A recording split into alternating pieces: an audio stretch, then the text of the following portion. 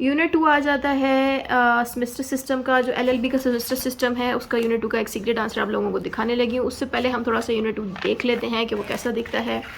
ये है हमारा पाकिस्तान स्टडी का मिड टर्म का कोर्स कि पाकिस्तान स्टडी में आपको पहले 2 यूनिट से पेपर बन के आएगा। ये 2 यूनिट से, ठीक है। पहले यूनिट के ऊपर मैं ऑलरेडी वीडियो बना चुकी हूँ, आप देख सकते हैं चैनल पे, उसका लिंक यहाँ टॉप पे आपको दिख रहा है। इस पर क्लिक करेंगे तो पहली वाली वीडियो का स्टार्ट हो जाएगी पहली वीडियो। अच्छा, जो दूसरी यूनिट है जिसके ऊपर अभी आप वीडियो देख रहे हैं, इसके अंदर तकरीबन आपको 11 चैप्टर्स आएंगे। जो यूनिट 2 का सीक्रेट आंसर है वो इन 11 के 11 चैप्टर्स को कवर करता है, ठीक है। तो इन 11 चैप्टरों के आंसर में क्या लिखना है वो दिखा देती हूँ। ये यहाँ से ये देखिए यूनिट 2 स्टार्ट हो जाता है। अच्छा, आपने क्या किया, यहाँ लिखा हिस्टोरिकल रिफॉर्म, उस टॉपिक का नाम दिया जो पेपर में है। सपोज आपको क्वेश्चन आ गया डिफाइन दी, इसमें क्वेश्चन आ गया सपोज शिमला डेपुटेशन, ठीक है, या शिमला डेपुटेशन की जगह 3 जून प्लान आ गया, या कोई भी इन 12 या 11 टॉपिक्स में से जो यूनिट 2 में मौजूद है कोई भी आ गया, आपने लिखना है historical reform Shimla deputation changes, it is a changes that is made in the past in to improve the government, इस तरह की बातें लिखनी है। यानी कि आपने हिस्टोरिकल रिफॉर्म, जब ये मैंने डैश डाली है यहाँ पे उस चीज़ का नाम लिखना है जो पेपर में पूछी गई है। जैसे कि अगर पेपर में शिमला डेपुटेशन आई है यहाँ शिमला डेपुटेशन लिख दें, पेपर में 3 जून प्लान आया 3 जून प्लान लिख दें। यहाँ पे आप बताएं कि हिस्टोरिकल रिफॉर्म 3 जून प्लान एक ऐसा ज़रिया है जिसने गवर्नमेंट के सिस्टम को और इम्प्रूव कराया, इकॉनमी और सोसाइटी और एजुकेशन को और इम्प्रूव करवाया, ठीक है। और फिर उस तरह की सारी जनरल बातें हिस्टोरिकल रिफॉर्म से रिलेटेड दी गई हैं। फिर उसके बाद ये जो मैंने लाइनें दी हुई हैं, इस लाइनों में आप लोग आंसर को अटैम्प्ट करना है। यानी कि सपोज 3 जून प्लान आया, 3 जून प्लान को आपने यहाँ पे भी लिख दिया, और फिर मजीद 3 जून प्लान के बारे में आप यहाँ पे इंट्रोडक्शन के अंदर डिस्कस कर सकते हैं। फिर मीनिंग ऑफ डैश, इस डैश के अंदर आप 3 जून प्लान को एक्सप्लेन करें। डेफिनेशन में भी 3 जून प्लान की हेडिंग दे, फिर उसको एक्सप्लेन करें। जब आप 3 जून प्लान को एक्सप्लेन कर देना, फिर उसके बाद आप हेडिंग दें मीनिंग ऑफ हिस्टोरिकल रिफॉर्म, जिसमें आप एक्सप्लेन करें कि ये जो 3 जून प्लान है ये एक हिस्टोरिकल रिफॉर्म होता है, ठीक है। ये हिस्टोरिकल रिफॉर्म होता क्या है, उसका मीनिंग दें, फिर उसका डेफिनेशन दें, फिर उसका पर्पस दें। फिर हिस्टोरिकल रिफॉर्म की डिफरेंट काइंड्स होती हैं। एक होती है पॉलिटिकल रिफॉर्म जो पॉलिटिक्स और गवर्नमेंट को चेंज करती है, एक रिफॉर्म होती है जो सोसाइटी को चेंज करती है, एक रिफॉर्म होती है जो तालीम को चेंज करती है, एक रिफॉर्म होती है जो पैसे के सिस्टम को चेंज करती है। ये चीज़ें जो है आपने टाइप्स में बता दी, ठीक है। रिफॉर्म्स की टाइप जब दे दी, फिर आपने बता दिया कि important historical reforms in the India before partition, यानी कि पाकिस्तान बनने से पहले क्या क्या इवेंट्स हुए थे जिसकी वजह से पाकिस्तान बना।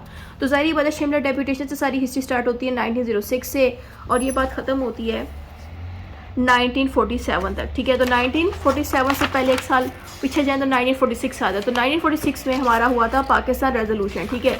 तो यहाँ शिमला डेपुटेशन से लेके पाकिस्तान रेजोल्यूशन तक आपने सारे हिस्टोरिकल रिफॉर्म एक्सप्लेन कर देना शॉर्ट करके, ठीक है। ये जब सारे आपने एक्सप्लेन कर दिए ना, सही है, ये जब आपने एक्सप्लेन कर दिया तो मैंने आगे लिखा continue the topic given in the paper.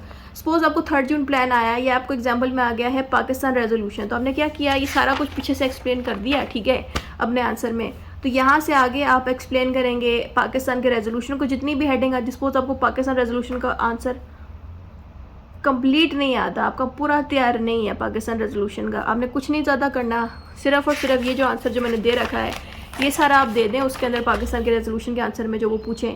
फिर यहाँ पे जितनी हेडिंग्स आपको आती हैं पाकिस्तान रेजोल्यूशन की, 4 हेडिंग्स आती हैं, 5 हेडिंग्स आती हैं, थोड़ी बहुत इन्फॉर्मेशन आती है उसकी, वो आप यहाँ पे लिख दें। वो लिखने के बाद ना वाइंड अप करने के लिए आप बस इंपॉर्टेंस ऑफ हिस्टोरिकल रिफॉर्म दें, यानी कि हिस्टोरिकल रिफॉर्म क्यों हमारे लिए इंपॉर्टेंस है उसको चार्ट में लिख दें, जैसे कि मैंने चार्ट में लिख दी है।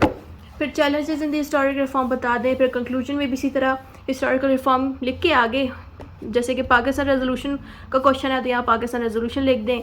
इसकी वजह से यानी कि हिस्टोरिकल रिफॉर्म पाकिस्तान रेजोल्यूशन जो है इंडिया के अंदर एक बड़ा ज़रूरी रोल अदा करता है, क्योंकि इस रेजोल्यूशन की वजह से, पाकिस्तान रेजोल्यूशन की वजह से मुसलमानों को राइट्स मिले, उनकी तालीम इम्प्रूव की, वगैरह वगैरह जो भी चीज़ें हुई। तो आपने इस तरह की बातें लिख देनी है। और जहाँ भी मैंने लाइनें डाली हैं इस लाइनों के अंदर आपने मज़ीद उस टॉपिक को डिस्कस करें, जैसे कि पाकिस्तान रेजोल्यूशन अगर आप पेपर में आ गया उसको एक्सप्लेन करें। अगर 3 जून प्लान आया 3 जून प्लान को यहाँ पे थोड़ा सा बता दें, या जो भी चीज़ पूछी गई है यूनिट 2 से वो सारी चीज़ें आपने यहाँ पे लिखनी है, सही है।